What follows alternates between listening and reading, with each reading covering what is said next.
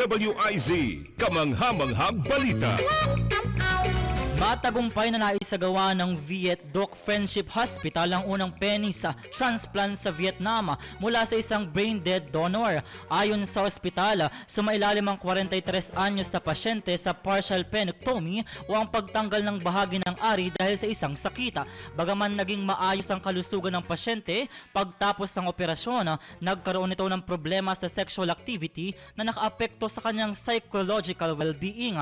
Kaya napagdesisyonan ng lalaki na sumailalim sa penis transplant para mapabuti ang kalidad ng kanyang buhay.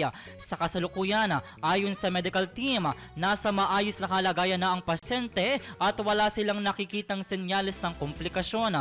Samantala, isinagawa naman ang kauna-unahang penis transplant sa buong mundo sa South Africa noong 2014 sa pangunguna ni Dr. Andre van der Merwe. At yan ang ating kakaibang balita. Akala ko Jordan, sorry, akala ko bullpen. Kaya sabi ko penis, yung pala iba, penis pala ang pronunciation nun, no? Yes, Hindi tama ko kasi pa, alam. Joel. Sa Tagalog, anong tawag dyan?